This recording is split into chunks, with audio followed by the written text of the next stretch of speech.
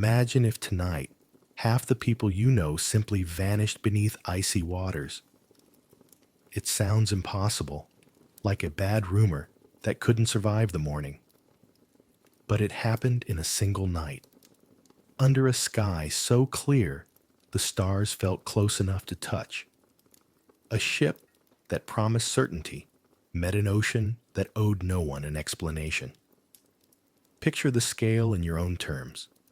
A floating palace almost 3 football fields long, a neighborhood block of steel and velvet set adrift. If you stood it on end beside a city skyline, it would rise like a modest tower. Electric lights, warm dining rooms, a grand staircase that seemed to pour golden glow downward like a chandelier made of time.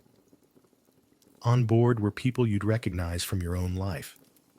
A school teacher who saved for years to cross an ocean. A young couple comparing tickets like they were first-time homeowners. A mechanic with soot still caught in his knuckles.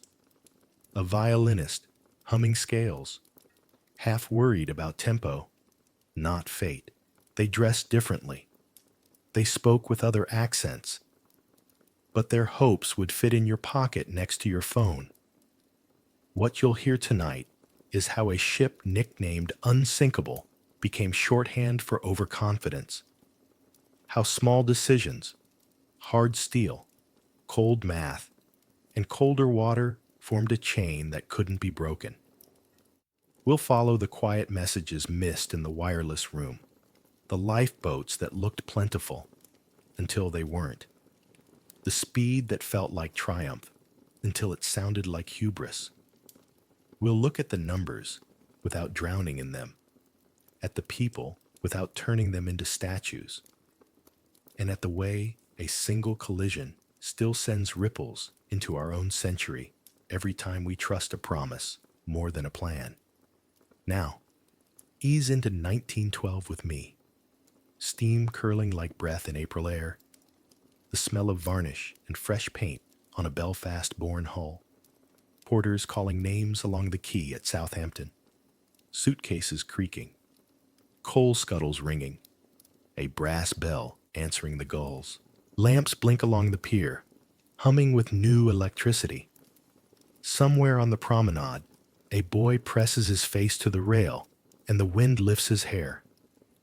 The band tests a gentle waltz, and the Atlantic, wide and dark as a held breath, waits, quiet, patient, polished like black glass beneath a sky full of frost-bright stars.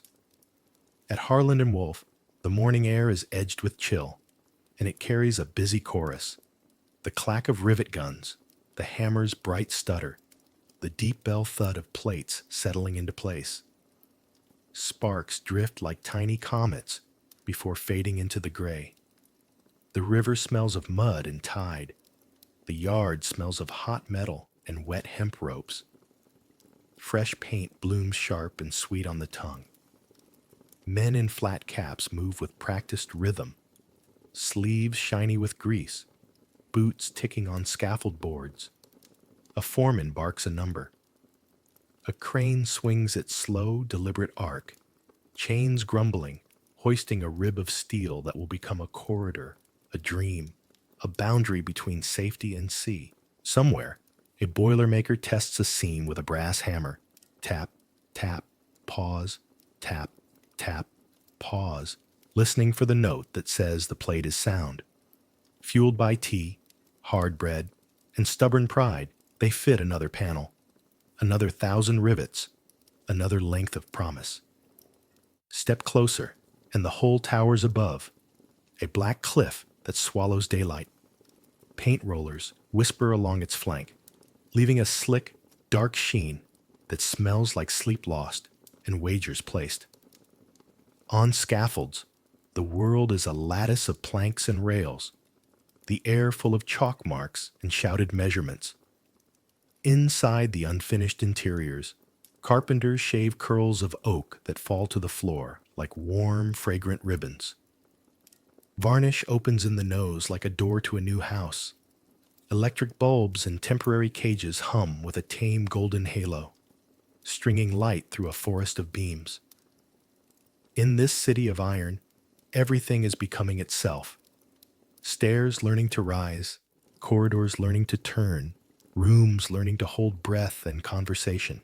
Now follow the wake south to Southampton and a mild April that tastes of salt.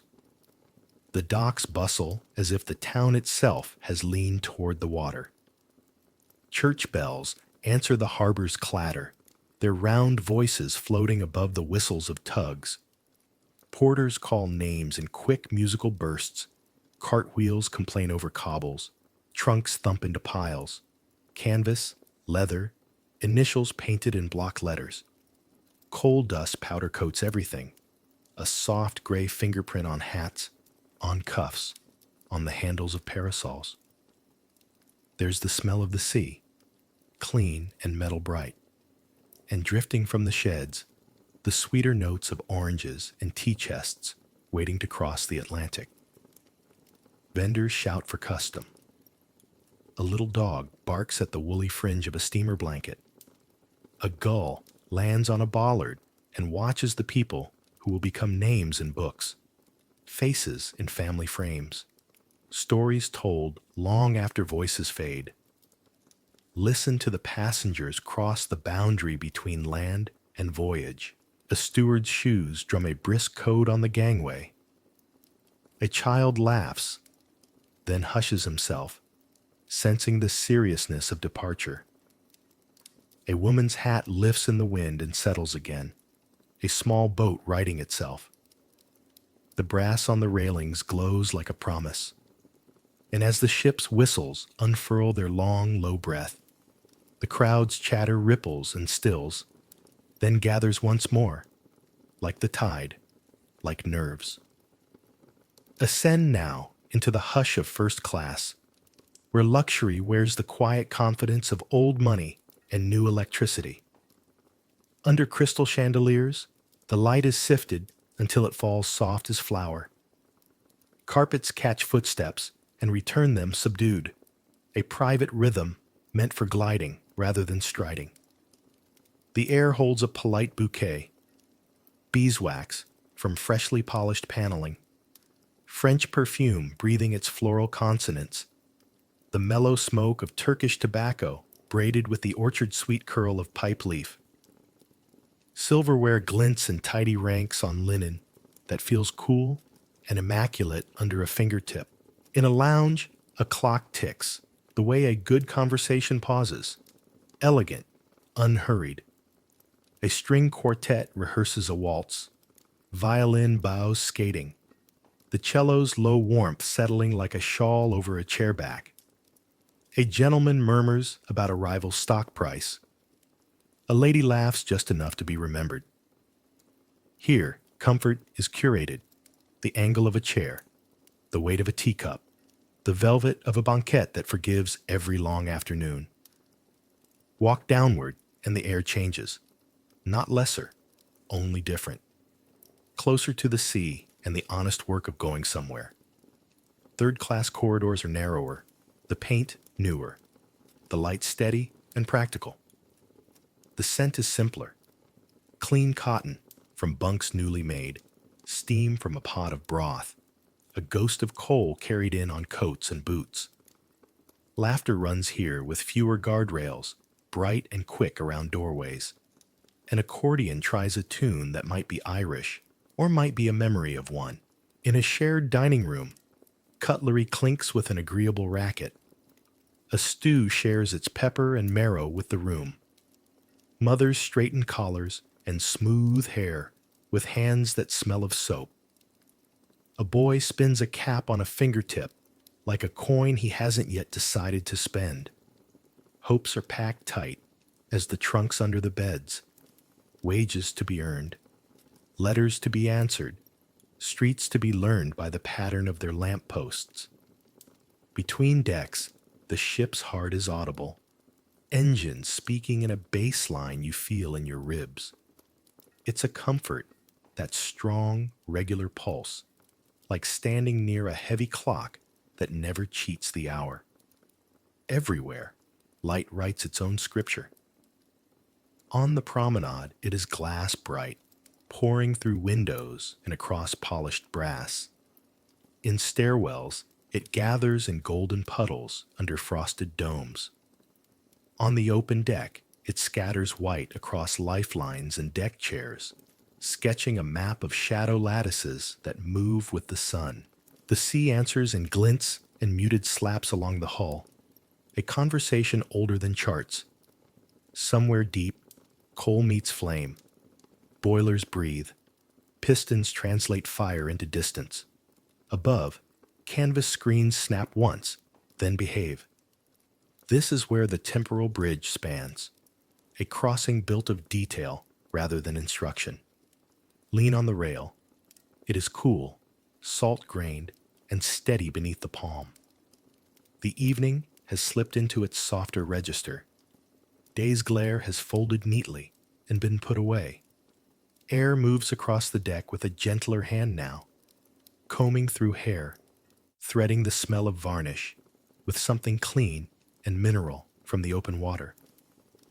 Far astern, the wake unwinds in two pale ribbons, caught moonlight running backward.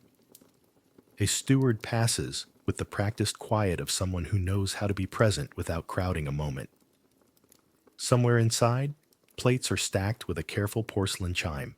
On the horizon, the sky keeps its blue longer than it should, then gives it up in stages to violet, to ash, to a velvet tone that makes electric bulbs seem braver.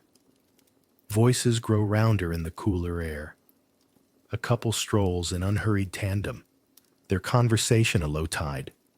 A deck chair is unfolded with a soft wooden sigh. The band, somewhere behind glass, lets the final measures of a foxtrot find their way through the door as it opens and closes, a warm and passing echo. Overhead, the first bright stars take their places one by one, patient and exact. The ship breathes, the ocean listens, and the night widens until it feels like there is room enough for every story on board, not as noise, but as 1,000 small lanterns floating at a measured distance, steady in the dark.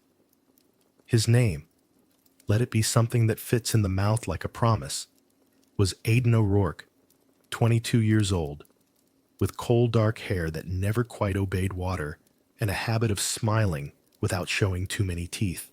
He carried 2 letters, one folded into his jacket lining where a tailor might have hidden a coin, and another tucked inside a testament his mother pushed into his hands the morning he left. The first letter was from his cousin in Boston, full of jobs that might be waiting, and streets that, if not paved with gold, were at least paved with wages on Fridays.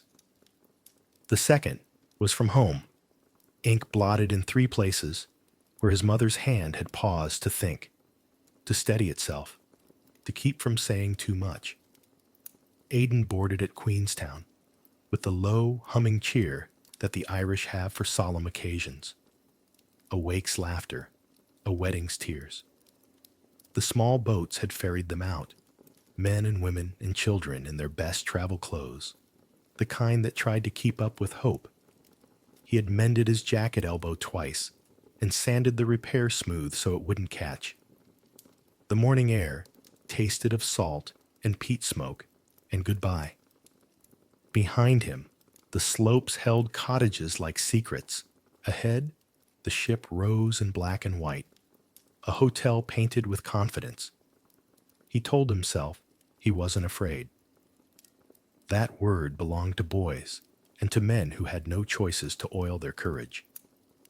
Still, fear perched in the corner of his chest like a small bird that would not fly out, even when he opened the window of his thoughts. Not fear of water. He could swim. The River Lee had taught him its slow grammar. Not fear of work. He had mended fences in frost and shouldered sacks until his bones spoke in gravel. This was the other kind. Fear that the story he had been telling himself, America as a clean line drawn forward, would smudge once he touched it. Third class greeted him with the earnest brightness of fresh paint. and the unpretending comfort of clean sheets. He found his bunk by the card tacked to the frame, a tidy printed number that felt like the first line of a new ledger. Around him, voices braided into a warm rope of languages: Cork and Kerry English, brisk Scandinavian syllables, Italian vowels that swung wide like doors in summer. Aidan placed his small trunk under the bunk and after a moment slid his mother's testament onto the shelf beside the metal mug and the biscuit tin he intended to keep full for himself and empty for others. He met Mairead Byrne because she laughed at her own sneeze. The sound came quick and surprised from the corridor, where steam from a pot had offended her nose. She was 19, traveling with an aunt, her hair a brown that went copper at the edges. She asked if the ship was moving or if her knees were untrustworthy. Both, he said. And then, because he wanted to be remembered for something other than being tall and polite, he added, "But if you lean slightly to port, you'll fool the ocean into thinking you're no trouble at all." She smiled with her whole face. He watched the smile as if it were a light he could carry. Work found him even at sea. He couldn't help it. When an older man's trunk jammed between the bunk posts, Aidan shouldered it into place with a grunt and the practiced patience of a farm gate. When a child wailed because a shoelace had vanished, he found it inside the shoe and tied it with a square knot the boy would spend the afternoon worrying at. He mended a collar with 2 neat stitches. He fetched water from a tap that complained less to him than to others. People have a way of giving their small needs to hands that look ready. At meals, the room filled with tidy clatter and the clean smell of broth. The cutlery had a pleasing, democratic weight. The bowls were not fancy, but they were generous. Aidan ate like a man who had learned not to be greedy in front of children, spoon strict to bowl, bread shared if someone glanced longer than a second. Across from him, Mairead's aunt spoke of cousins in Philadelphia as if they were pioneer saints. Mairead herself spoke less, not shy, only careful. As though words were cows, best walk slowly through a gate so none would bolt. "Do you think," she asked one evening, chin tipping toward the ceiling as if the answer might be written there, "that we'll still be ourselves when we get there?" Aidan had wondered that same thing the night before, in the narrow rectangle of his bunk. He had listened to the engine's low persuasion and thought of Boston as a mirror. Would it give him back the same face? "I think," he said slowly, "we'll be ourselves, but stretched, like a shadow at sundown. Part of you will lengthen toward something you can't see yet. Part will stay at your heel. Both will be true."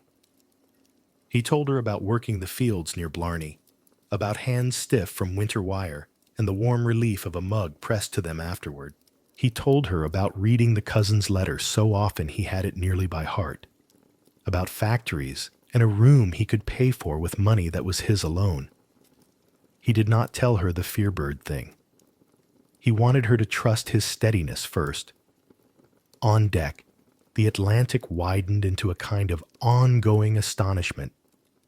Third-class passengers were given hours to walk and breathe the clean, cold air, and Aidan took all of them. The wind peeled tears from eyes whether you were moved or not.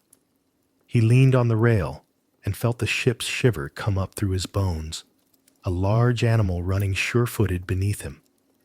Somewhere above, music practiced its manners behind a door. Out here, the world had fewer edges. You could think in long lines. He wrote a letter he could not send yet.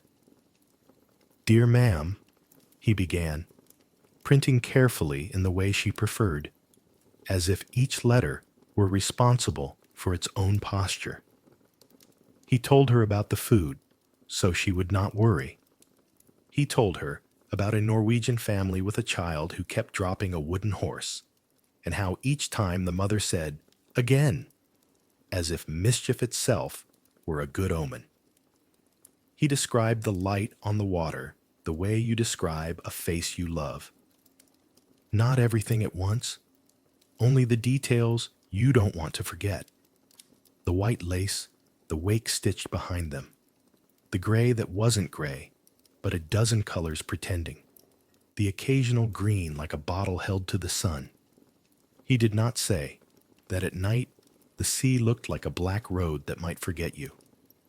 He did not say he sometimes dreamed of home and woke with a fist in his chest where the birds live. The days arranged themselves with a courtesy that felt like fate being kind. Breakfast, the cheerful confusion of deck time, an hour to read the Testament without reading the holy lines, only the margins where his mother had tucked a grocery list years ago, and a pressed petal from a hedgerows. Lunch, where a man from Limerick argued that in America the sidewalks taught you to walk faster. Afternoon, when a sailor told them weather in a few words and the sky did not disagree. Supper, loud in the right way. Then evening, where stories found their perches. A mason who had seen Chicago once. A woman who had worked as a cook in a big house and had learned to measure without measuring because she could feel a pound of sugar simply by the weight of its promise. In such company, fear seemed impolite. It kept quiet. But at night, when the ship's steady breath filled the dark like the sleeping of a giant, Aidan's thoughts lifted their heads. He counted the coins in his trunk without touching them, spent them in 3 different ways, failed and succeeded in 3 different dreams.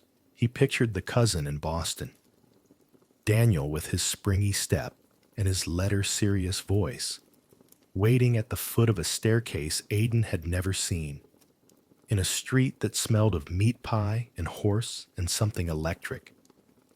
He imagined asking for work and being told yes.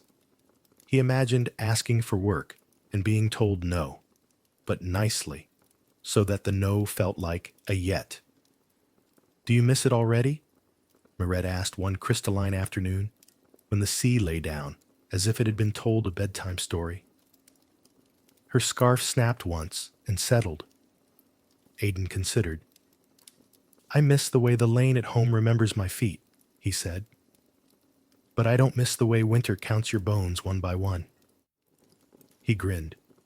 "And I don't miss Mr. Kelleher's bull." She laughed and tucked hair behind her ear with gloved fingers. "In Philadelphia," she said, "they say the streets run in neat squares, and even the wind knows which corner to turn." "I hope it turns around us," he said. "Gives us its good side." He watched the ship teach people new habits. Third-class men learned to tip their caps to stewards who could make life easier with one word. Mothers learned the timetable of when the baths were least busy. Children learned that stairs could be an adventure if you counted them correctly. Aidan learned where the deck met the wind, without insult, the spot where conversation felt ordinary and important at the same time. He leaned there often, palms flat to the rail, and spoke slowly, tasting his future like a new fruit. Sweet, a little green still, but entirely edible. He thought of his father as the ship moved through night, the way the man would stand with hands in pockets, a posture that could mean contentment or patience, or a tired he kept private. His father had said little when Aidan announced the voyage. He'd turned a tool in his hand and said, "Work is work in every language." Then after a long pause, "Learn the new ones." Aidan carried that sentence as if it were a compass. Sometimes he feared America didn't want him. Sometimes he feared it wanted him too much, would buy him up and spend him. The fear bird shifted, quiet but awake. One morning brought a glittering cold that seemed to ring when you breathed. The deck's boards were so clean they felt new underfoot. He and Mered walked in a zigzag conversation. She told him about teaching herself to read by stealing the newspaper after her uncle had finished with it, piecing words from the shape of gossip. He told her about the time he had laughed in church and pretended to cough for half a minute to disguise it. She told him about a seam she had stitched wrong and had to unpick for an hour that felt like penance. He told her about fixing a pump by listening to it complain until the complaint told him the to-do list. "You listen," she said, mildly surprised. "You do too," he answered, and then they were silent for a bit, each certain the other had guessed something they hadn't meant to say out loud. That evening, a steward brought news of a concert in a public room, where even third-class passengers were welcome to stand near and listen if they were tidy about it. So they were tidy. Aidan had thought music indoors would be too warm, too full of someone else's air, but the notes fit the room the way a hand fits its glove. The violin sounded like a thin silver wire strung between two calm trees. The piano sounded like footsteps in a palace that didn't mind a little happiness. Aidan felt his breath lengthen. He felt, for a moment, that could be counted, that America might simply be an echo of this, a room he did not own, that still allowed him to stand inside and take part in what it made. There were small frictions, the way any village, even a floating one, invents them. A man muttered something sharp about a child who ran. A woman took offense at an elbow that meant nothing. The rumor that lifeboat drills were an amusement for first class only skittered along the corridor and vanished when stepped on. Aidan kept his head down when argument grew teeth. He knew the economy of trouble. You saved your breath for work, your words for kindness, your shoulders for the heavy end of a trunk. On the second letter to his mother, the unsent one, he wrote, "I think of America as a door I've knocked on. The ship is the silence in which I wait to see if I hear footsteps." He was almost embarrassed by the sentence when he reread it, as if he had tried on a coat too fine for a farm boy. But it stayed on the page and behaved itself, so he let it live. He added the other things that would make her less worried. "I have not been sick. The food is sound. The sea has been our friend, more often than not. Sometimes, standing by the rail after dark, when the stars felt close and indifferent, he named them to himself. Not their formal names, which belonged to people with telescopes, but the names they carried in his own chest. That bright, steady one was Daniel, his cousin's lamp in the upstairs window. The cluster, like a stray handful of sugar. His sisters, always too many to count quickly. The low one near the horizon that pretended to be a ship. His father, who would not hurry anywhere, not even across the sky. The one you had to look slightly away from to see clearly. Himself, perhaps, moving toward brightness by learning to use the corners of his eyes. He dreamed America in objects. A sturdy iron kettle he could afford new, not salvaged. Shoes with soles that did not borrow stones from the road. A small room with a window that crooked a little. 2 chairs that matched anyway. A hook by the door for a cap. And under it the habit of reading by a lamp he paid for monthly and felt clever about when he blew it out. On Sundays, perhaps, tea that did not taste of anyone else's week. On Mondays, work that ended with wages counted, not hopes. He thought of sending for his parents eventually, then felt the size of that thought like a cathedral, and contented himself with smaller prayers.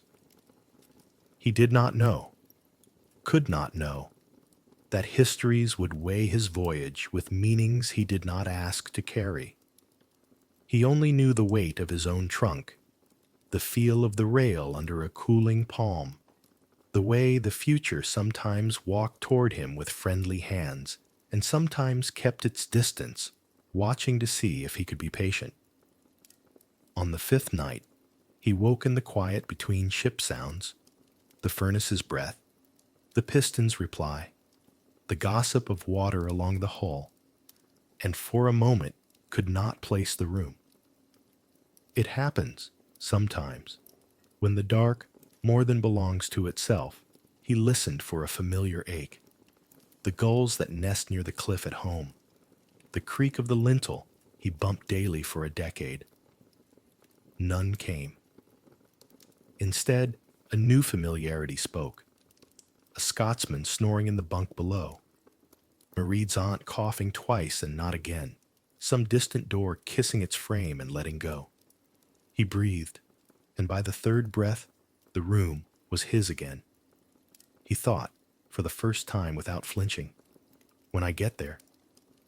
Not if. When. And yet the bird in his chest was not foolish. It knew the number of things that must go right for a life to continue, and it respected the ocean as one respects a neighbor with a long memory. Walking the next morning, he admitted as much to Mered, in a way that kept the dignity of both confession and sea. Sometimes it feels like the world is very large, he said, and sometimes it feels like a very careful room. She nodded, understanding something beyond the words. I think both can be true, she answered.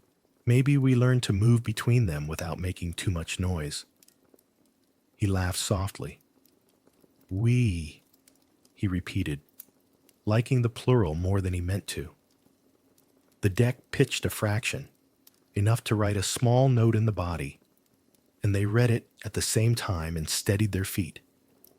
Even small joys worked at him with gentle hands. A baby slept on after dropping a rattle. The rattle rolled and was stopped by a stranger's shoe in time. Everyone smiled as if they'd won something.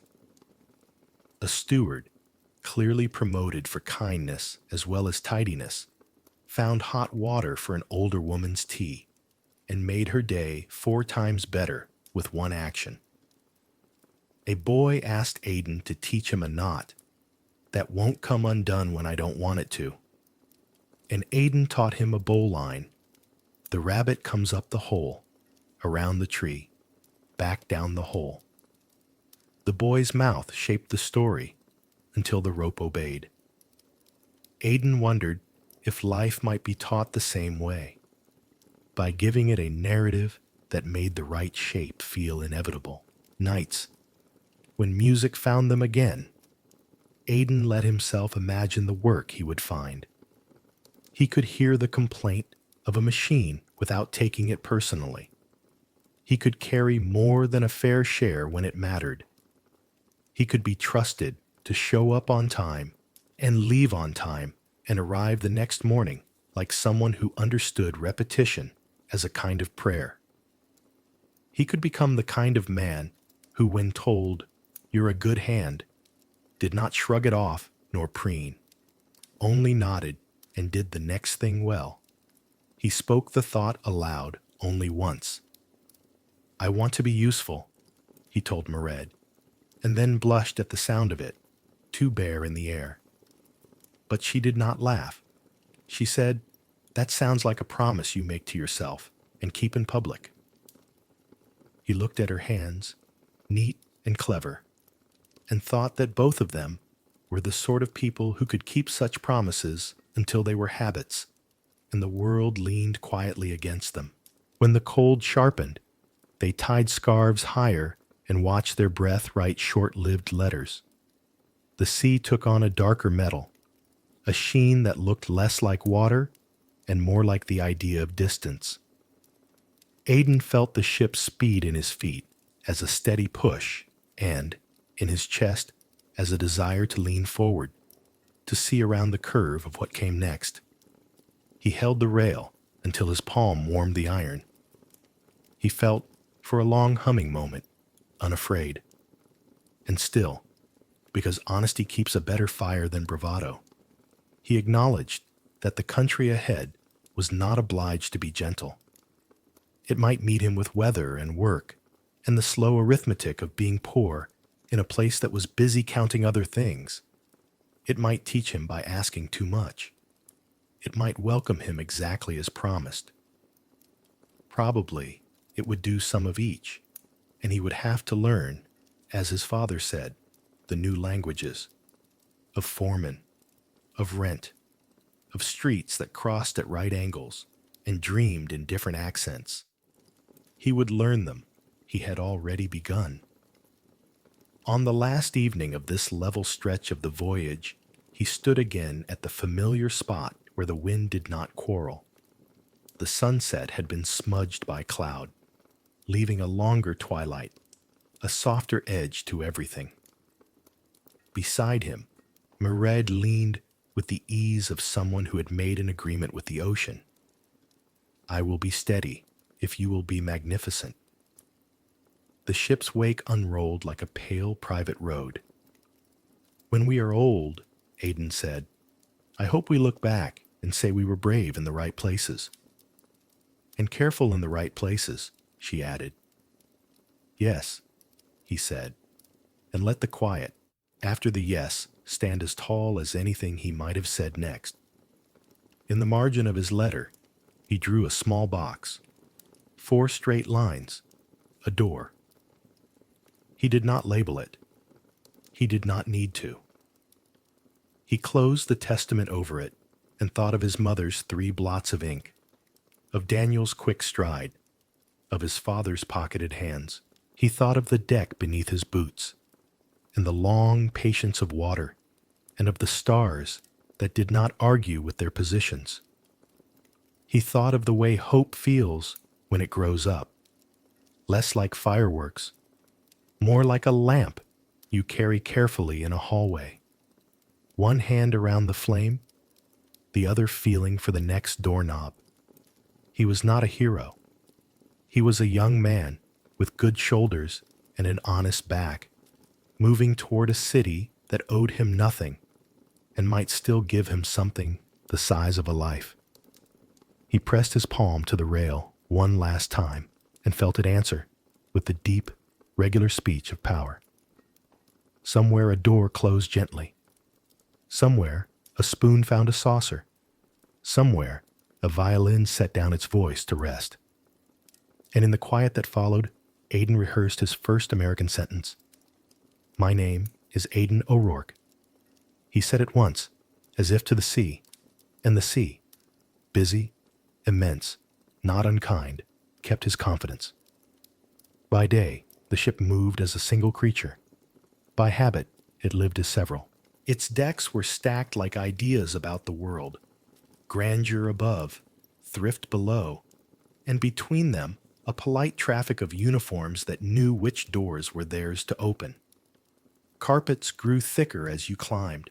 Ceilings rose, conversations lowered. Farther down, light grew practical, and so did voices. The same Atlantic touched every rivet, but the lives aboard obeyed handrails you couldn't always see. First class announced itself without raising its voice. The promenade wore glass like jewelry, the kind that looks inevitable rather than showy. Men in dinner jackets traveled as if time itself would hold the door for them. Women carried their gowns as if silk were a second climate. There were fresh flowers everywhere, in vases that never seemed to empty. The air, even when cool, felt temperate with attentions. Gloves taken, chairs drawn, needs met before they graduated to requests. Linen spoke in a low hush. Silver winked. Newspapers appeared ironed.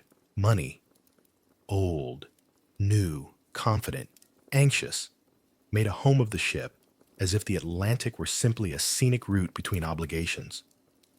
In that bright geography, lived Evelyn Hart, who had inherited a chain of hardware stores sturdy enough to have survived 2 panics and an uncle. 26. Precise without being brittle, she wore her good fortune like those flowers. Tastefully, with water changed daily. The public rooms suited her, but the promenade suited her better. She liked the truth-telling wind. With the mild defiance of the well-bred, who do not mistake curiosity for rebellion, she often paused near the rail to watch the life below and forward. The second-class deck, with its energetic tidiness, the glimpses farther down of third-class families soaking up their prescribed allotment of sky. She was not naive. She knew about ticket prices and the arithmetic of access, but she also knew the ship floated because everyone aboard did something well, and she had never been good at ignoring competence. The crew stitched these worlds together with invisible thread. Stewards moved like commas, giving sentences their sense.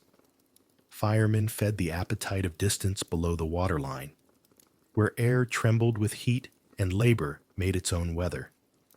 And then there were the blue-jacketed sailors, the ones who knew both the etiquette of first-class questions and the dialect of second-class requests, the ones who could make a rope into safety or silence with 3 quick turns. Among them, Seamus Doyle, boatswain's mate, 30 and spare, carried the ship in his posture.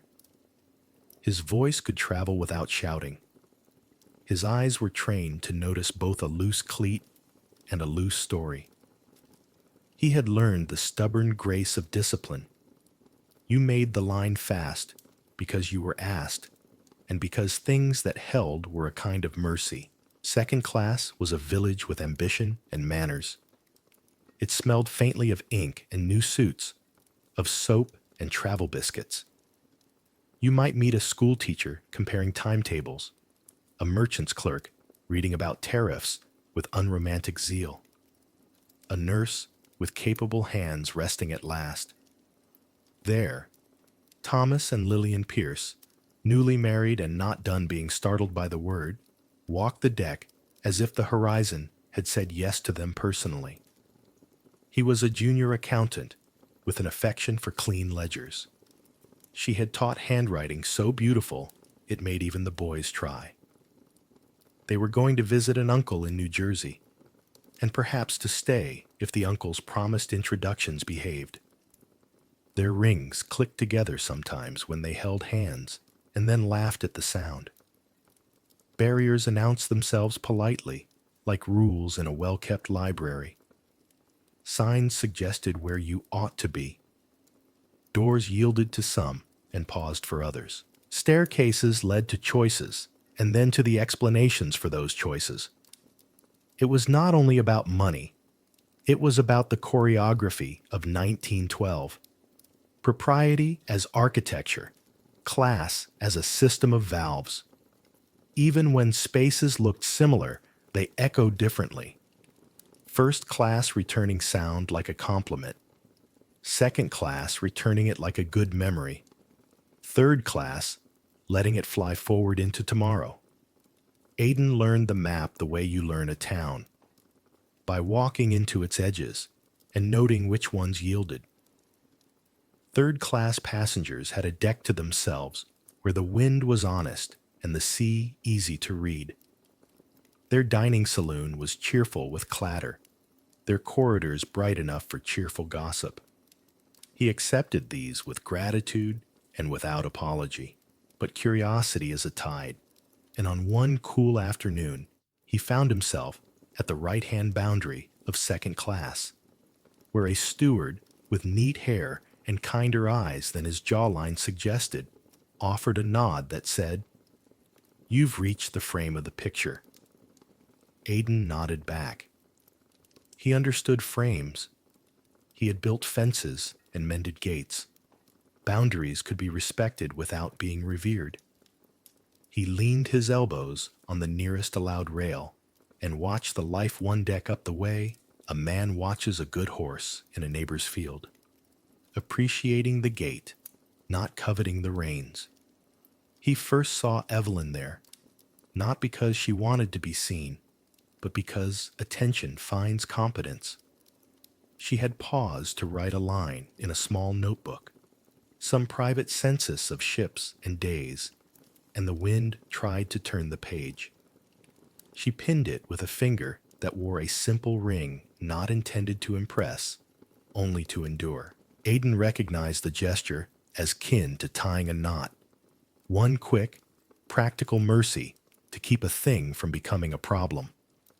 She glanced down, caught the democracy of eyes at different levels, and smiled the way one smiles at the ocean, respectfully, without presuming intimacy.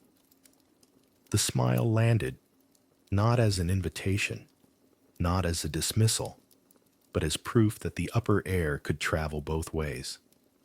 Seamus knew all these crossings by heart. He had escorted a first-class gentleman to the bridge door, far enough to be flattering and near enough to be firm. He had shown a third-class mother the quietest hour to bathe a child. He had corrected a second-class boy's enthusiastic attempt at a clove hitch with a patience that turned a mistake into a lesson and a lesson into a grin. He considered himself a keeper of thresholds, not a guard. That job had teeth. A keeper holds knowledge of when to open and when to preserve. On ships, as in cities, dignity survives or fails at the door.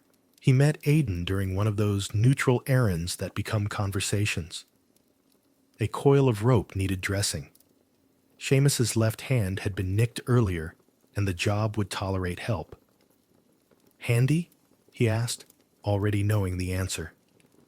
"Enough," Aidan said, because bragging burns bridges faster than fire.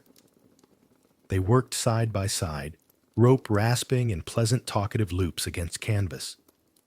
Seamus nodded at the result with professional economy. "You listen," he said. Aidan grinned at the accidental rhyme with Mered's earlier remark and tied off the end without being told. From then on, when paths crossed, Seamus would offer a pointer wrapped like a joke. "Leave yourself a bite there, unless you prefer arguments later," and Aidan would store it as if it were coin. Second class had its own tides. Teas at sensible hours, promenades briefed by the weather, card games whose stakes were as much anecdote as coin. Thomas and Lillian adopted routines as if building a small house out of minutes. Morning. 2 circuits of the deck, counting steps like stitches. Noon.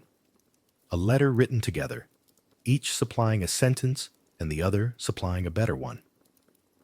Afternoon. He read to her from a guidebook that made Newark sound like Rome. She corrected the guidebook's commas and kissed the margin where the error had lived. Evenings. Music leaking from a lounge where they were welcome enough near the door to be satisfied. They met Evelyn because generosity is sometimes simply frictionless proximity. Lillian admired a hat. Evelyn, whose milliner deserved admiration, thanked her by asking which books had made the voyage with them. When Lillian confessed she had packed 2 novels and 1 collection of sermons she intended to ignore, Evelyn laughed in the exact measure that left dignity intact. They spoke of authors, and then of cities, of where one could find good tea and fair rental terms in Boston if one had no wish to be cheated. Evelyn, whose family had bought politeness in large quantities before learning to sell it, offered a card with an address on Marlborough Street and instructions. If anyone treats you as though you're lucky to be their business, be less available. Thomas, who liked rules that trained themselves into habits, folded the card into his wallet as if it were an IOU from the future. Social barriers were not simply walls. They were pressures, gentle and continuous, like the hand on a child's shoulder steering him from the grown-ups' table. There were places third class could not go, places first class did not need to go, and places second class went without being quite invited. But there were also moments when the architecture of care required all of them at once. A child slipped on deck. A first-class gentleman was nearer and steadier than any uniform.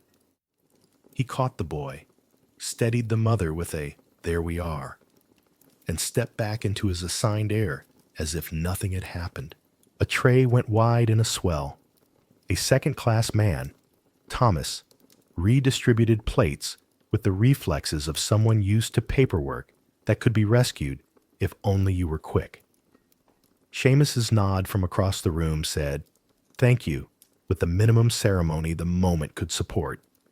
Aidan's world grew not by climbing, but by connecting. He learned the names of 2 firemen because water carriers know one another by the way they move. He traded stories with a Polish carpenter whose English improved at the same speed as Aidan's patience. He and Mered discovered the hour when a steward would let them peek, from a sanctioned distance at the grandeur above, not to gawk, but to witness. "It's like a church that believes in chairs," Mered whispered, and Aidan grinned at the perfectness of it. He did not envy the chandeliers. He admired the polish. He thought of his father's hands and resolved that if ever he had a table to wax, he would wax it with that same thoroughness, even if no one came to dinner but him. Evelyn's curiosity sent her downstream in conversation, if not in footfall.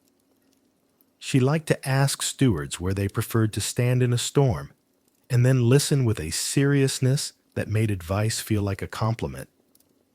She asked Seamus once whether ropes minded the cold. "Rope minds whatever you teach it to," he said. "Like people?" she tested. "Like people," he agreed, with the ease of a man who had become his own teacher in the space between orders. He realized, after she moved on, that she had asked for nothing, and still given him the small favor of being regarded as an expert. In a world where many wore manners like armor, she wore hers like a key. Thomas and Lillian learned class the way you learn weather, by carrying the right coat and not taking it personally. When a door closed, they went to the window and found the view contiguous enough.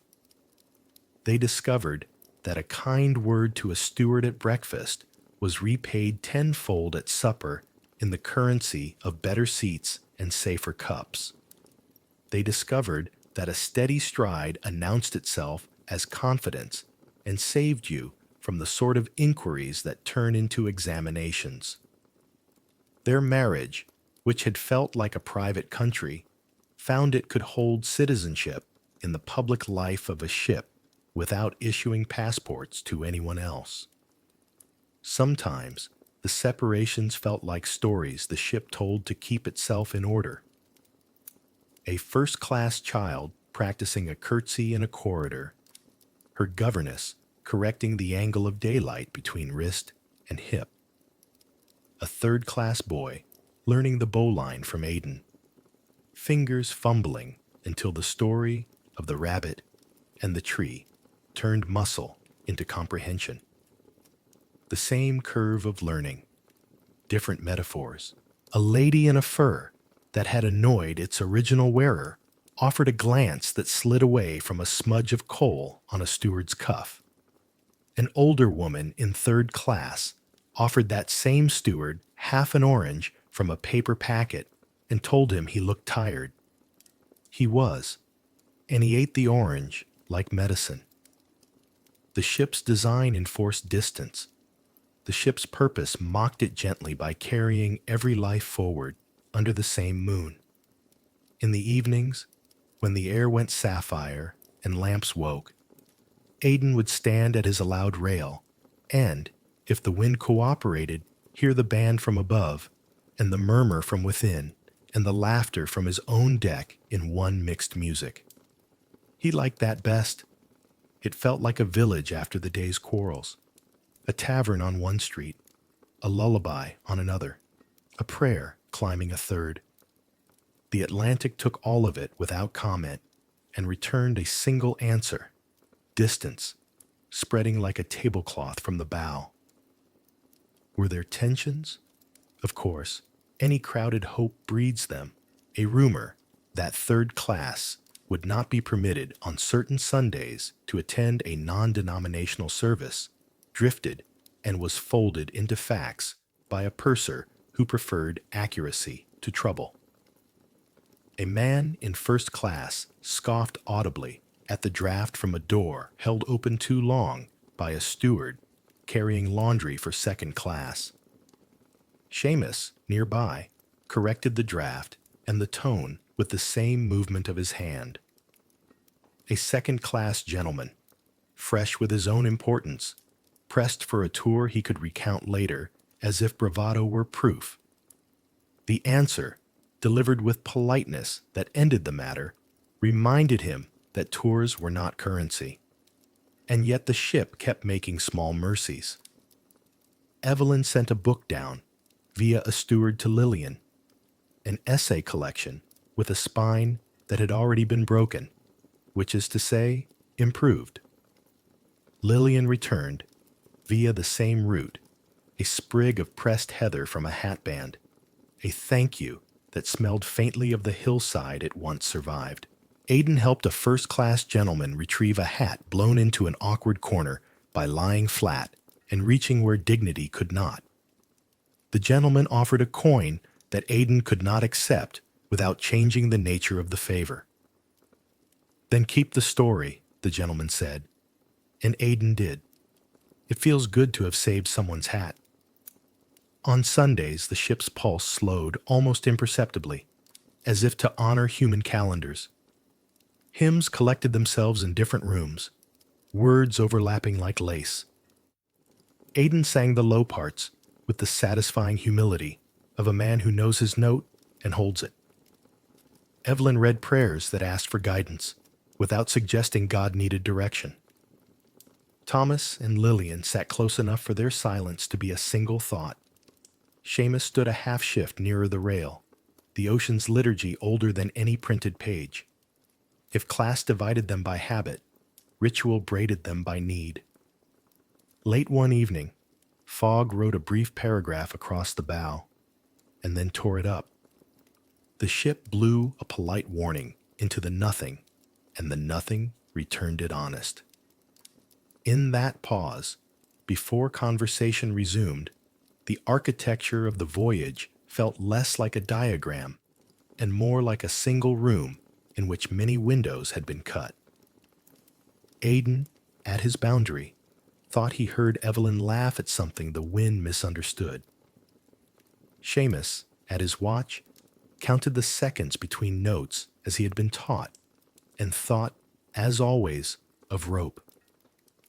Thomas and Lillian leaned a fraction closer to one another, as couples do when the world makes a quieter sound than usual. The barriers would matter later, in ways grim and ledgered. For now they existed as manners do, sometimes useful, sometimes silly, occasionally kind. They taught Aidan to recognize the weight of his own steps, and to let envy evaporate in the draught of purpose. They taught Evelyn that wealth obtains excellent tea, but not excellence, which must be learned in conversations that climb and descend without tripping. They taught Thomas and Lillian that the middle deck is not the middle of life, and that gratitude is a better map than cleverness when you don't yet know the streets. And the ship went on. One hull, many rooms. One wake, many stories. Carrying its layered village toward coordinates that glowed on charts and into a night that would ask everyone, each at their appointed level, to answer the same question in their own words. What do you hold, and how gently can you hold it? The word unsinkable did not begin as a shout. It began as a murmur that grew comfortable. The Olympic-class liners, Olympic, Titanic, and Britannic, were built with a double bottom and a series of 16 watertight compartments divided by steel bulkheads. The idea was simple and persuasive.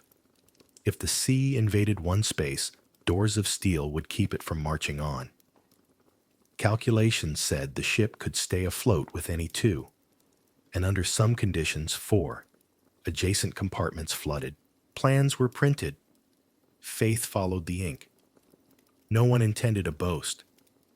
At first, it was the cautious phrase, engineers favor, practically unsinkable, a hedge wrapped around mathematics. But phrases travel less carefully than ships. By the time brochures and newspapers had finished with it, the hedge was gone, and the word floated free of caution. There were limits hidden in the fine print of the steel. The watertight bulkheads did not rise high enough. Several ended just above the waterline, more partitions than walls. Water does what water does. It seeks a level. If enough compartments filled in the bow, the ship would dip forward. The water would spill over the tops of those bulkheads like a series of slow waterfalls, and a calculated safety would become a corridor. The ship had a double bottom, not a full double hull. Its sides, where ice would make its case, were single-skinned. These were not scandals. They were choices made inside a world where weight, speed, and cost argued with safety, and, as often happens, everyone compromised politely. This was the tone of the age. In 1912, technology felt like proof. Wireless crackled with messages that outran weather. Electricity tamed night into a friendly room. Steel ships crossed oceans on timetables you could set a watch by.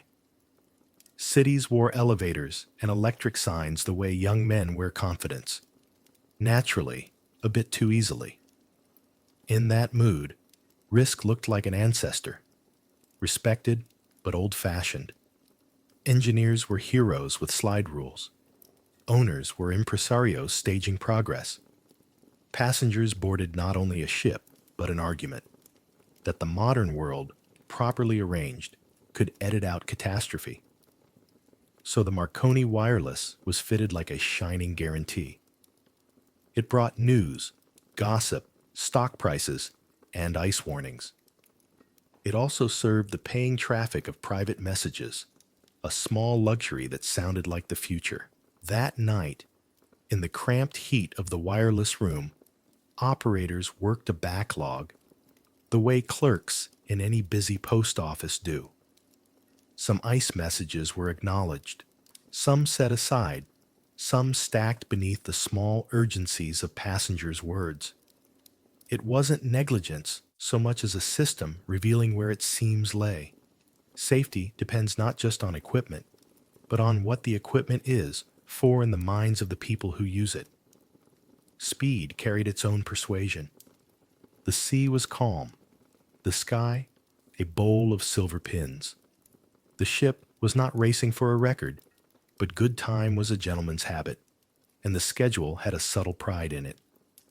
Ice had been reported, yes, but ice is a winter problem, and this was April, and the ship was new, and the ocean felt respectful. This is how confidence speaks on quiet nights. Not loudly, just often enough. After the collision, no tearing cartoon of steel, but a long grinding argument between hull and ice. The ship behaved at first as promised. Lights stayed bright. The vibration settled. People waited for a verdict that did not immediately arrive. In the steel geography below, compartments accepted cold water exactly as designed. The problem was not their obedience, but the number now involved, and the way the bow's new weight taught gravity a terrible trick. The sea climbed the bulkheads, one by one, as if ascending a staircase built for it by optimism. And then there were the lifeboats, ample in appearance, insufficient in arithmetic. Regulations of the day tied lifeboat numbers to tonnage brackets and deck space, not to the human beings aboard.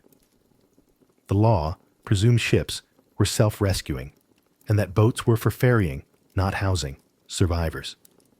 The result looked orderly on paper. On a cold deck in the dark, it was an equation with too few solutions. Training, too, was from another century. Drills that were occasional and polite. Crews that were competent in many things and specialized in few. Passengers for whom the idea of sitting on a wooden bench under the stars while leaving a palace of light felt absurd until it wasn't. From the wreck rose two inquiries, American and British, and a generation of changes meant to be louder than the old reassurances. The new promises did not rely on adjectives. They relied on procedures. Lifeboats for all became the baseline, not the exception. Count people, not decks. Musters and drills grew from optional rituals into obligations. You learn in daylight what your hands must remember in the dark. The International Ice Patrol began watching the cold frontiers, cataloging the wanderings of ice as carefully as merchants tally receipts. Continuous radio watch became doctrine. Wireless was no longer a luxury desk in the corner, but a nerve that must never sleep. Distress signals were standardized, not a debate between CQD and SOS, but a single clear shout everyone could recognize at once. Designers lifted bulkheads higher and reconsidered the ways water might move inside a wounded ship. Redundancy ceased to be an extravagance. It became a habit. These changes were not magic. They were humble. They made no one famous. They simply accumulated into a culture where checklists outrank charm and where a well-trained ordinary seaman is worth more than a flattering headline. In the decades that followed, other tragedies would test those measures and teach new ones. The sea is a hard professor, and it grades on a curve you can't predict. Yet the shape of modern safety culture, on ships, in aircraft, in hospitals, even in the routines of factories and data centers, carries the imprint of that night. We now speak of layers, design, procedure, training, oversight. We ask not, is it safe, but how does it fail, and what happens next? We practice the habit of imagining the unlikely, because the unlikely does not ask permission to arrive. There is a human lesson braided into the technical one. The word unsinkable is not dangerous because it is false. It is dangerous because it feels comfortable.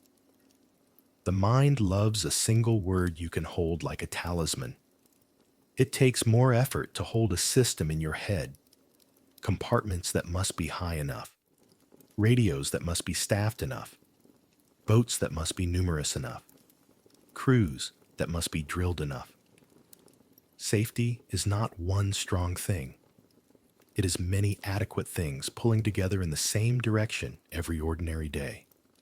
If you listen carefully, you can hear how the story still shapes our private lives. We build habits the way naval architects build bulkheads, high enough to keep one mistake from flooding every room.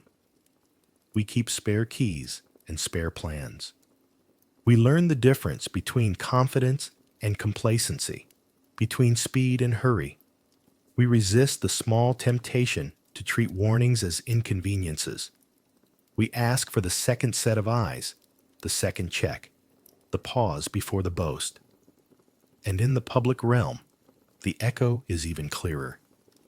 Airlines that rehearse evacuations with the seriousness of prayer.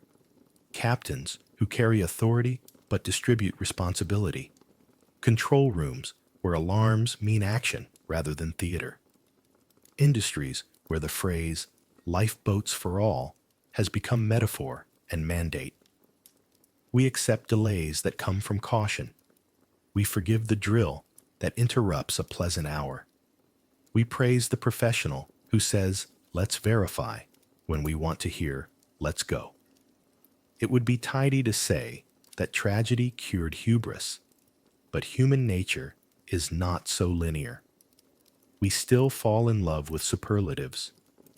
We still want our bridges and networks and markets to be bigger and faster and immune. When we do, the cold night in 1912 stands in the doorway and clears its throat. It does not scold, it reminds. It suggests that true progress is the art of remembering. Remembering that steel is strong but brittle to assumption. That radios are marvelous but deaf if no one is listening. That a lifeboat is only a picture until a hand knows how to lower it. So we keep the metaphor where it is helpful, and we let the facts keep our metaphors honest. The ship was called unsinkable because arithmetic said so under certain conditions. The ocean proposed different conditions.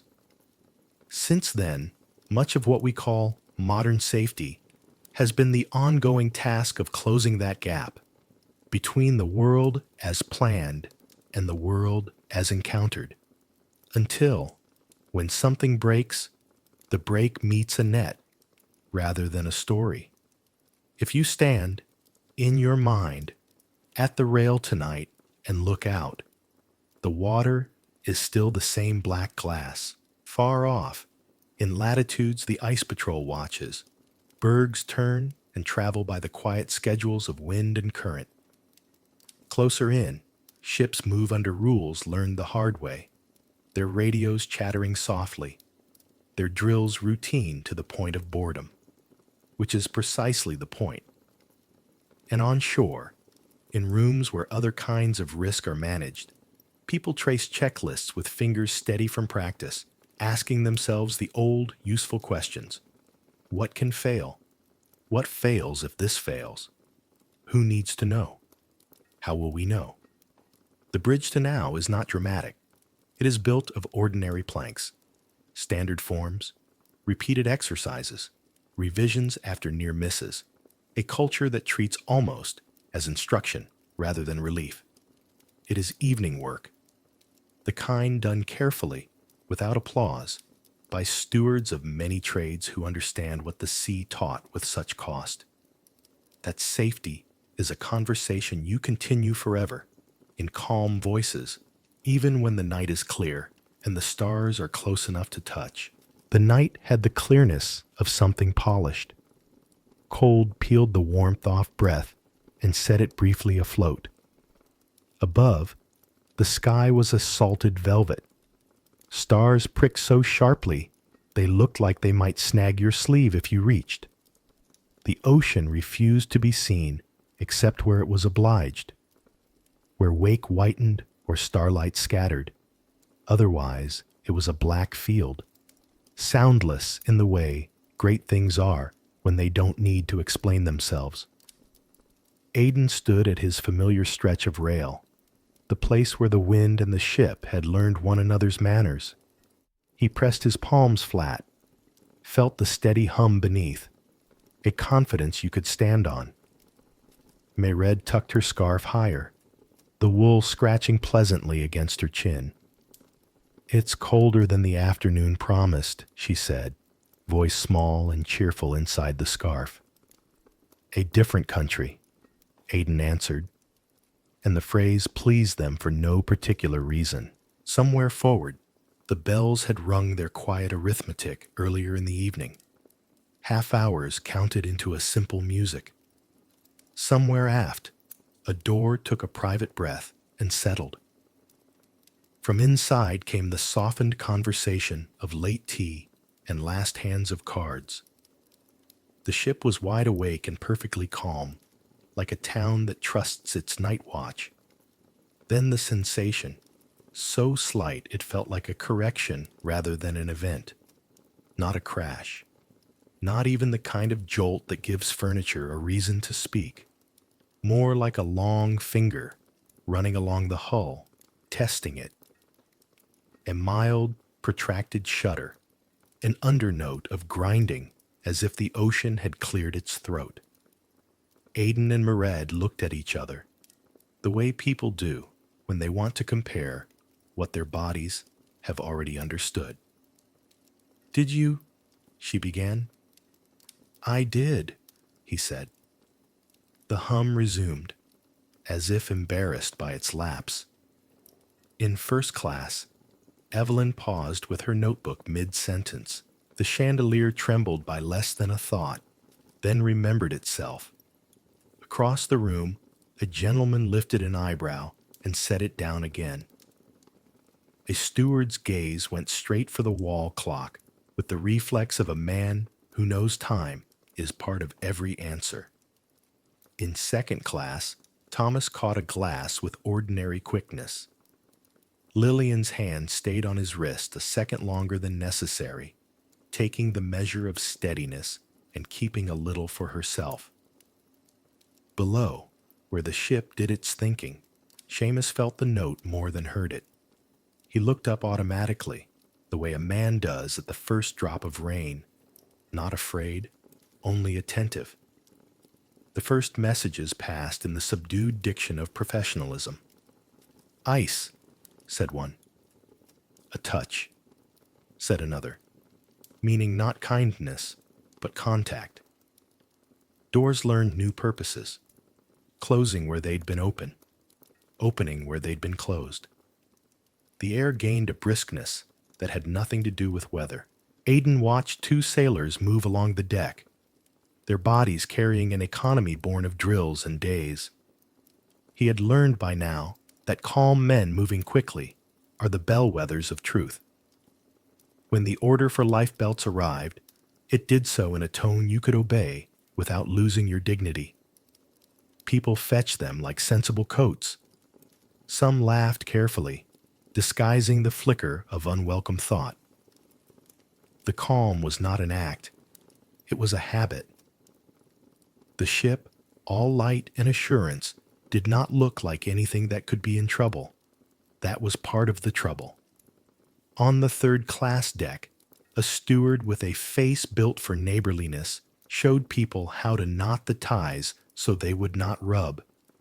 Maride's hands found the logic quickly. She tightened Aidan's with a firmness that felt like a vow. "There," she said. "There," he echoed, and returned the favor with an extra tuck as if to braid his name into the canvas. Barriers softened, not by edict, but by temperature and need. Seamus appeared like punctuation wherever the sentence of the moment required clarity. This way, in a deeper register that tolerated no argument and offered none. He guided a narrow stream of third-class passengers toward a stair where a companionway had room to be useful. He lifted a child in one hand, not dramatically, just efficiently. The mother's thank you caught in the cold and hung there like a small, bright thing. In the worked-up air of the boat deck, the arithmetic changed from theory to benches. Boats were swung out, their blocks complaining softly as they took the load. The sea, solicitous and flat, lay ready like a polished floor. Evelyn arrived with her coat fastened and her hair already decided. She had packed a small bag with the penalty of being practical. Gloves, a miniature Bible, a photograph of her brother, who smiled like a man about to be clever. Beside her, a woman insisted that her dog be allowed. The steward, practiced in the narrow road between rules and kindness, found a compromise that satisfied exactly no one and everyone enough. Women and children. The words carried history in them and made new history with each repetition. They also made choices. Lillian, fingers tightening on Thomas's sleeve, found her voice attempting reason. "We'll go together," she said, as if speech could make space. Thomas shook his head once, not to refuse her, but to agree with the world as it was. "I'll be right behind," he lied gently, and believed it for the time it took to be brave. In the press and pause and press, Aidan learned how fast a deck can shrink. He kept Mered to his left, so his right hand could be useful, and it was, steadying, lifting, guiding without the performance of rescuing. He caught Seamus's eye once, an unplanned inventory of steadiness passing between them. "Stay where you're told until the telling changes," Seamus said, and moved on. Confusion arrived, as it always does, piecemeal, in mixed messages and human habits. Some boats went down half full, eroded by hesitation and the foreignness of abandoning light for dark. Others were loaded until voices rose and the arithmetic could not be adjusted by force of will. Numbers were not arguments. They were limits. Evelyn watched one boat drop through the bright square of air with the calm despair of someone who knows that good procedure can feel harsh. When their turn came, it was Mairead's hands that decided for them. She glanced at the boat, a rectangle of wood and rope and the future, and then at Aidan, whose face was busy being both steady and young. "Go with them," he said softly, meaning the women clustered near. "I'll follow." "You'll follow," she repeated, folding the promise around the fear so it would pack better. He moved her forward into the press without pushing, the way you place a cup on a shelf and know exactly where it will live.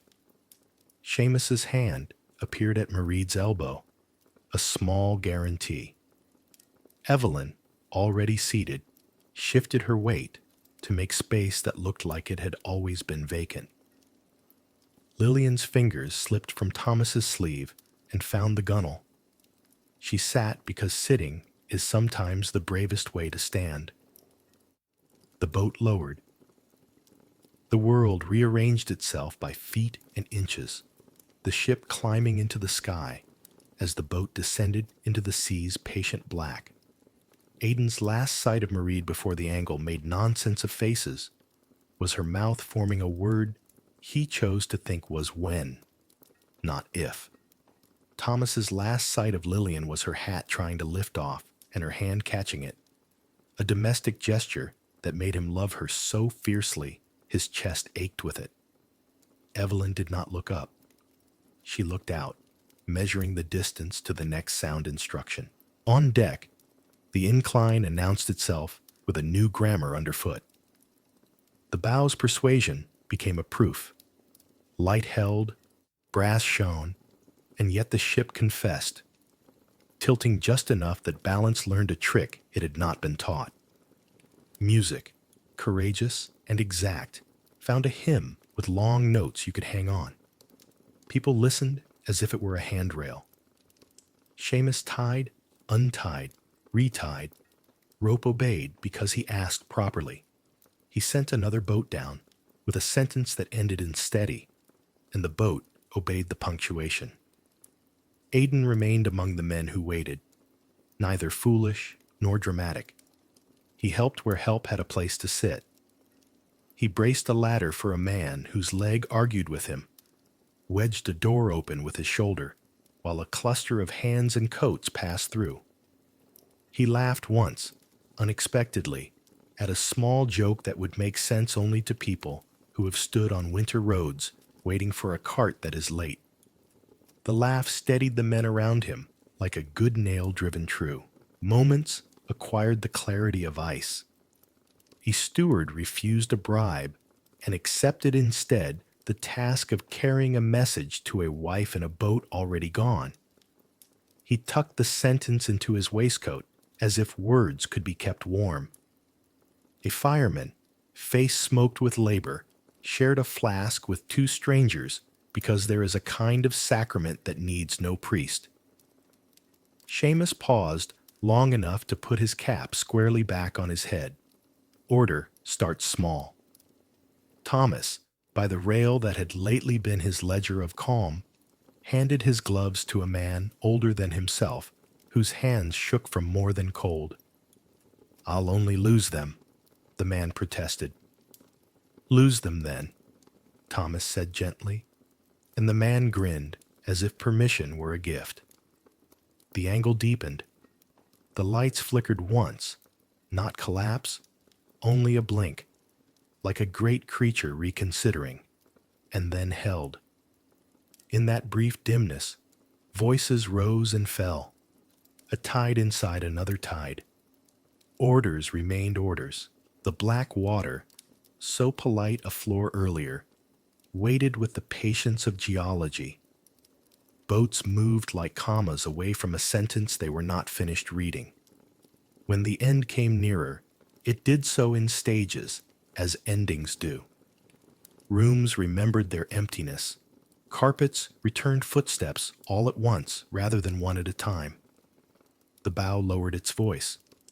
Somewhere a piano lid closed with a gentle finality. Seamus put Aidan's hand briefly in his own. "Up," he said. "And when you're told, in." They exchanged names in that late way men do, as if saving them made them stronger. "Aidan," said one. "Seamus," said the other. They nodded once, an agreement written without ink. There is a point beyond which narrative does not accelerate. It slows, honoring details. Aidan helped with one last boat not intended for him, and did not argue when a smaller man with older eyes was put in his place. The sea took the boat in with a subdued slap. A new tilt bent the horizon. The stars looked perfectly ordinary, and therefore astonishing. Darkness grew less patient. Lights went out with a kind of dignity, as if bowing. The ship's voice, always a low assurance, shifted into silence. Metal found its own music. Groans, then a tearing, then the kind of quiet that follows a hard truth accepted. In that quiet, which was not emptiness, but completion, men gripped rails, let go, gripped again. The cold had a clean, absolute logic. Seamus's last act on deck was not grand. He stopped a coil from unspooling pointlessly, tamed it with 3 quick turns, and set it down as if tomorrow would need it. Below and away, the boats watched with the stunned focus of people who want to help and cannot.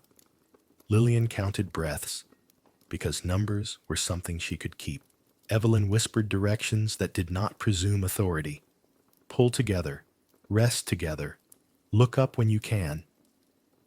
Mered held a stranger's child and called him by a name she invented for him, so the world would answer if it had any mercy to spare. Around them, the flat sea accepted weight and worried it. Oars dipped and rose, a metronome for the wide black.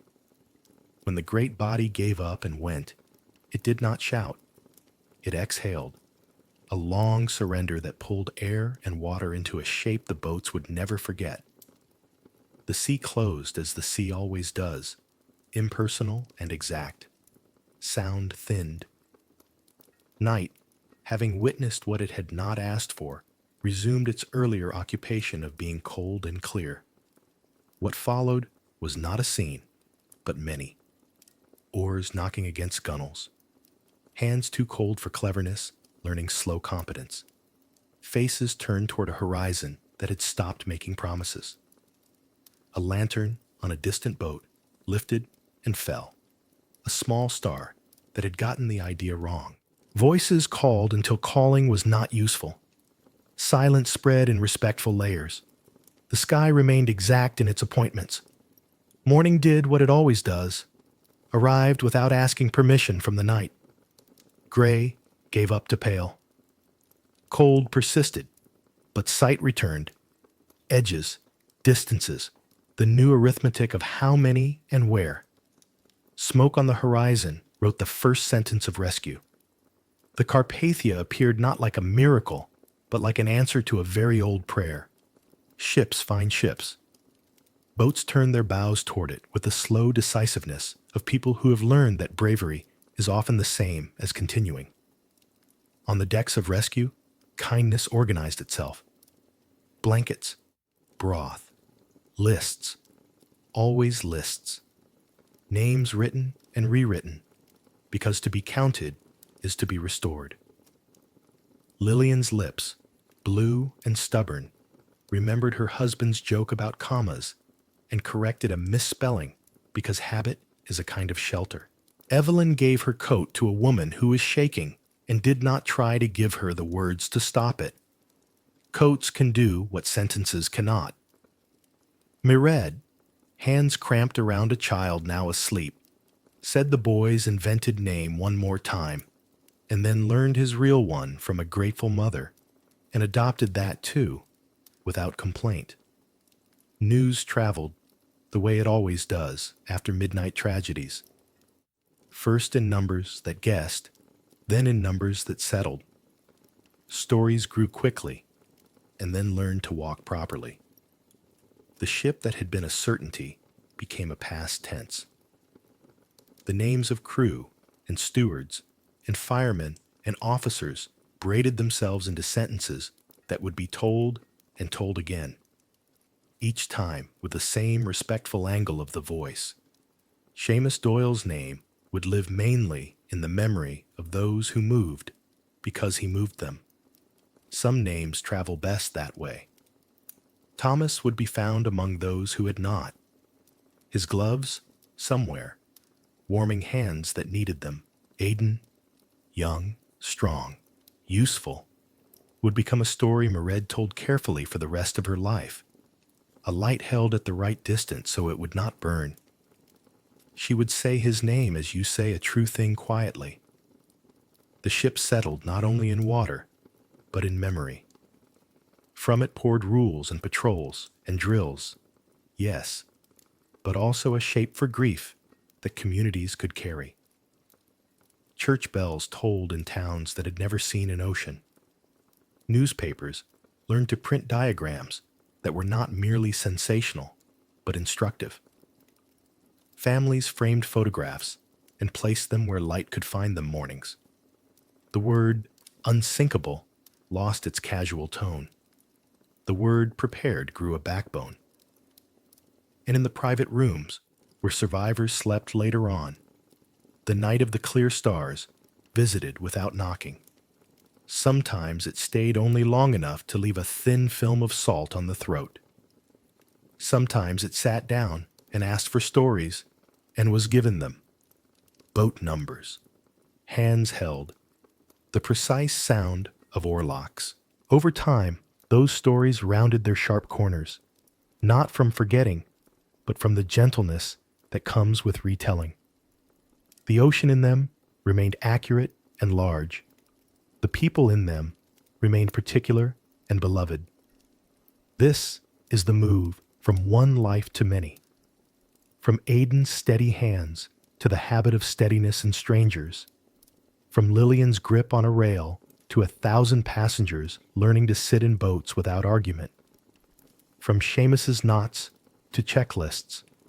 From Evelyn's clear-eyed calm to a culture that prizes composure not for its glamour, but for its usefulness. What was personal becomes communal, then structural. A tragedy becomes a teacher. The lesson is not dramatic, it is patient. It says, build bulkheads higher, yes, but also build the invisible ones in yourselves. Practices that keep fear from flooding every room. When we speak of that night now, the stars are always too bright. The air is always too clean. The ocean is always black and polite. The details are a litany that turns panic into history and history into care. A ship went out carrying villages stacked like shelves and came back to us as a map of how not to be certain. In that map, there is room for grief that does not demand spectacle, for heroism that looks like work, for love that keeps its promises even when it cannot keep its people.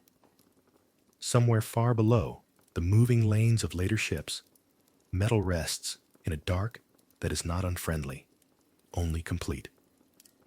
Above, radios keep watch. Drills interrupt pleasant afternoons.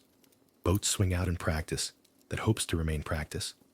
And in quieter places, kitchens, workshops, control rooms, people tie small knots in their days.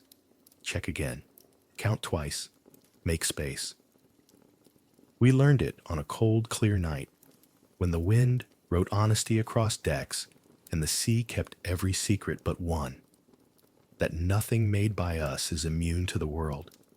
and that our best answer is to meet that truth together, with hands that remember how to hold. There is a kind of promise that feels safe, because it wears numbers like armor. We call it unsinkable, or foolproof, or guaranteed, and for a while the word is enough. It sits in the mouth like a smooth stone, easy to turn over with the tongue, easy to carry. But the world has its own arithmetic. Steel answers to temperature and force, to luck and lack, to the way water remembers gravity more faithfully than we do. The illusion of invulnerability is not wicked so much as it is human. We want to believe that when we plan with care, the ocean will agree to our plans. The Titanic belongs to that tender zone where ambition and reality met, spoke politely, and then parted. It is not a tale about arrogance alone, nor about fate alone. It is a story of partial truths. A ship that was strong, systems that mostly worked, professionals who largely performed as trained, until the night asked for more than mostly. The tragedy reminds us that safety is a team sport across time. Designers who imagine the worst, crews who rehearse boredom into muscle memory, passengers who heed calmly worded instructions, regulators who demand unfashionable redundancies, leaders who say enough when speed or pride presses for more. The mind wants clean endings, but the sea teaches gradients. Even now, when we say the word unsinkable, it arrives gently, like a guest who used to overstay. We let it visit, then we show it the door. In its place, we keep quieter words. Resilient, redundant, prepared. Less glamorous, more faithful. They ask us to think in layers rather than in spells. Bulkheads high and continuous radio watches, drills and culture, lifeboats and the will to fill them, ordinary bricks, ordinary mortar, laid carefully and checked twice. Beneath all this, the ocean remains what it always has been, an older conversation. It listens without blinking. It does not punish. It does not forgive. It holds. The Atlantic is not an enemy in this story, nor a judge. It is a stage vast enough to make human acts look small, and by that measure, precious. When you stand at any shore and look out, you see the same patience that received a steel giant and then went on being water, sunlit in the afternoon, gunned metal at dusk, inked and glassy under a sky that keeps its appointments. Think of the wreck not as a monument to failure, but as a library with the lights off. Down there lies an archive of decisions, plates riveted with care, a staircase designed for pleasure and pride, a hinge that still works in the dark. Rust blooms in slow motion. Fish flicker through doorways once opened by hands in white gloves. China rests in silt like moons that forgot to rise. The ship keeps the dignity of useful things past their use, and the sea keeps its vow of silence. No sermon is preached at that depth. Only facts remain, softened by distance, exact in their placement. Above that quiet archive, our century moves. Ferries cross with drills so familiar they feel like manners. Cargo ships radio their positions the way neighbors leave porch lights on. Sailors who never met those on the night watch of 1912 still inherit their questions. Who's listening? Who's in the boat? Where's the line? Pilots and surgeons and operators on overnight shifts ask versions of those questions too. The wake of that disaster runs far inland, into control rooms, hospitals, code reviews, kitchens where a fire extinguisher is checked, because someone once learned to be slightly suspicious of perfect plans. What makes the story worthy of evening is not the spectacle, but the aftercare, the way a culture learned to treat certainty as something to be earned daily. We practice humility in small, unspectacular ways. We read the checklist again, We hold the drill even when the sky is clear. We say, "Stop," and praise the person who said it. We add one more life ring than necessary. We design ladders you can climb with cold hands. These are not grand gestures. They are lanterns set along a path so obvious it is easy to forget how dark it used to be. And yet the human part of the story never hardens into policy alone. It stays elastic in the mind, returning to faces and ordinary deeds.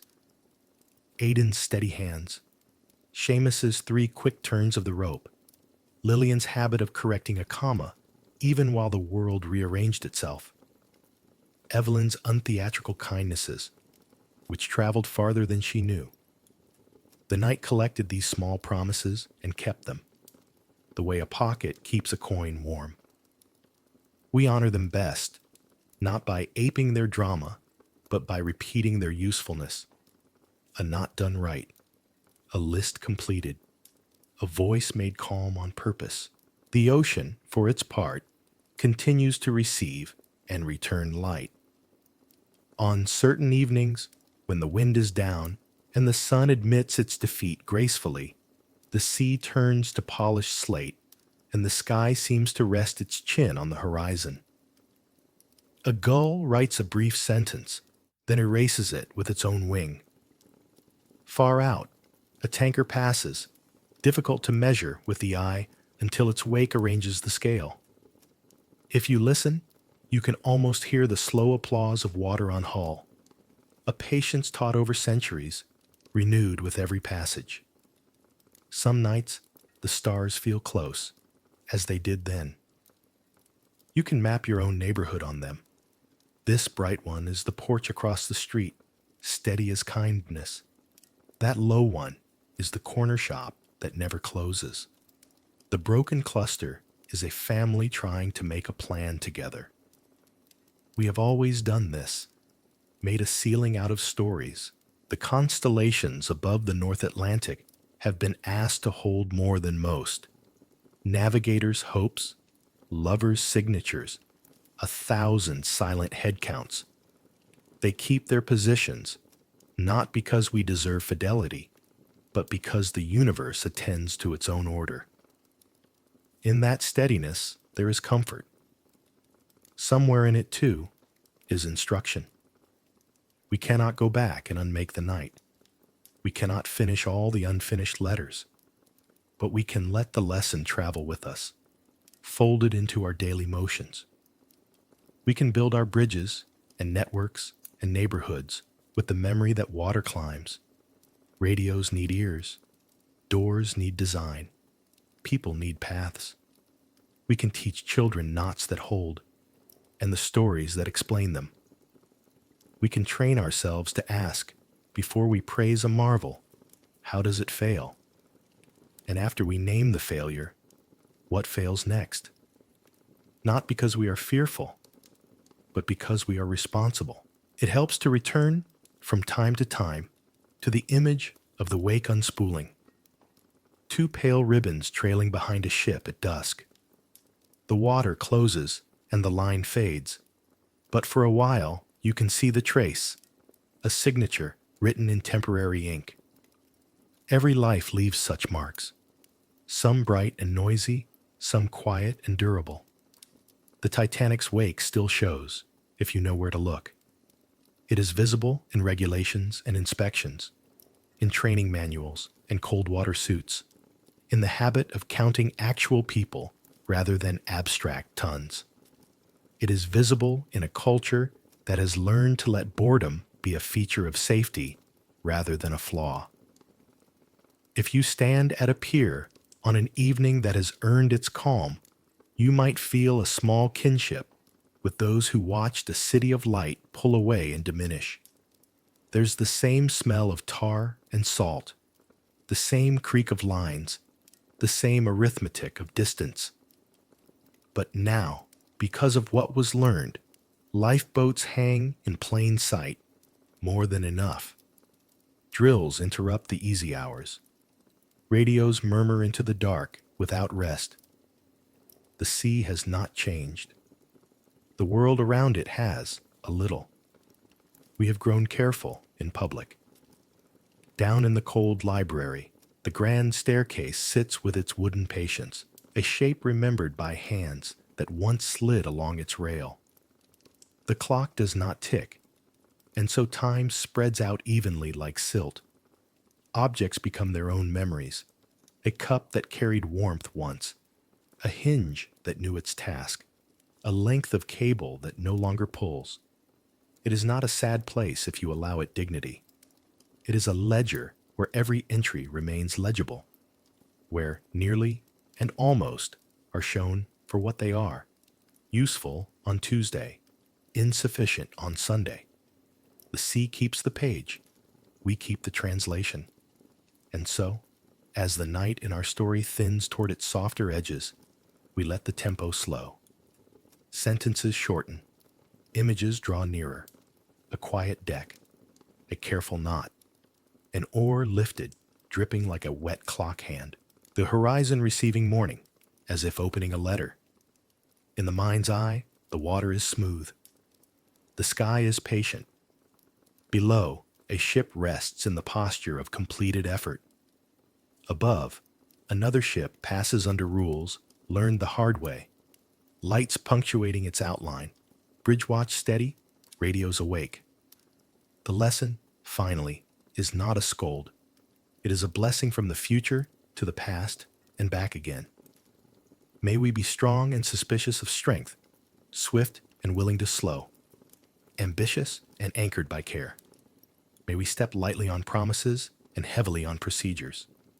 May we be the kind of people who keep a hand free, one for the rail, one for someone else. The ocean will go on being itself, wide, exact, unhurried. Our work is to meet it with a matching exactness, to build, to practice, to check, to repair, to carry names with respect, to tell the story without sharpening it into spectacle, to let the calm be earned. Somewhere, a buoy clinks against its chain. Somewhere, a lighthouse blinks the same ancient syllable into the night. Somewhere, a ship moves through water that remembers everything and holds it gently. And here, above the dark archive and beneath the old, faithful stars, the story returns to quiet, an even breath on the surface of a patient sea, leaving behind not an anthem, not an argument, but a usable piece. The ocean holds its old appointment with the dark. It does not hurry. It does not speak. Out there, the water wears the sky like a mirror turned low, a sheet of cool glass that remembers everything and asks for nothing. If you listen, you can almost hear the ship that once wrote its bright cursive across this surface, the hush of a wake unwinding, the measured footfall of a night watch, a door closing with the courtesy of a hand placed gently on its latch. Within that remembered city at sea, there were small rooms where light behaved like kindness. Candles held their steady halos in polished sconces. Lamp chimneys wore a breath fog of heat. Beeswax and linen sent up a clean domestic note. Faces leaned toward one another over china and maps, over playing cards, over the easy grammar of evening. The scene is quiet now, but not empty. Those lights, those voices, drift in memory the way plankton drifts in a slow current, minute, innumerable, alive in their softness. We turn once more to the simple images that carry the whole. The ocean, exact and patient. Silence folded like a shawl over the shoulders of the night. The thin, unwavering flames that once trembled when the ship exhaled. They are enough. In them, you can feel the scale of what we build and the scale of what receives it. Human life is a fine glass, strong for its size, fragile for its courage. We make vessels of steel and habit, of rope and ritual and hope. We test them against distance. We learn, again and again, that the world is larger and more enduring than our confidence, and we bow to that without shame. The story returns all its borrowed music, the low hum of engines, the counted bells, the violin tracing a line through air like a narrow beam of dusk.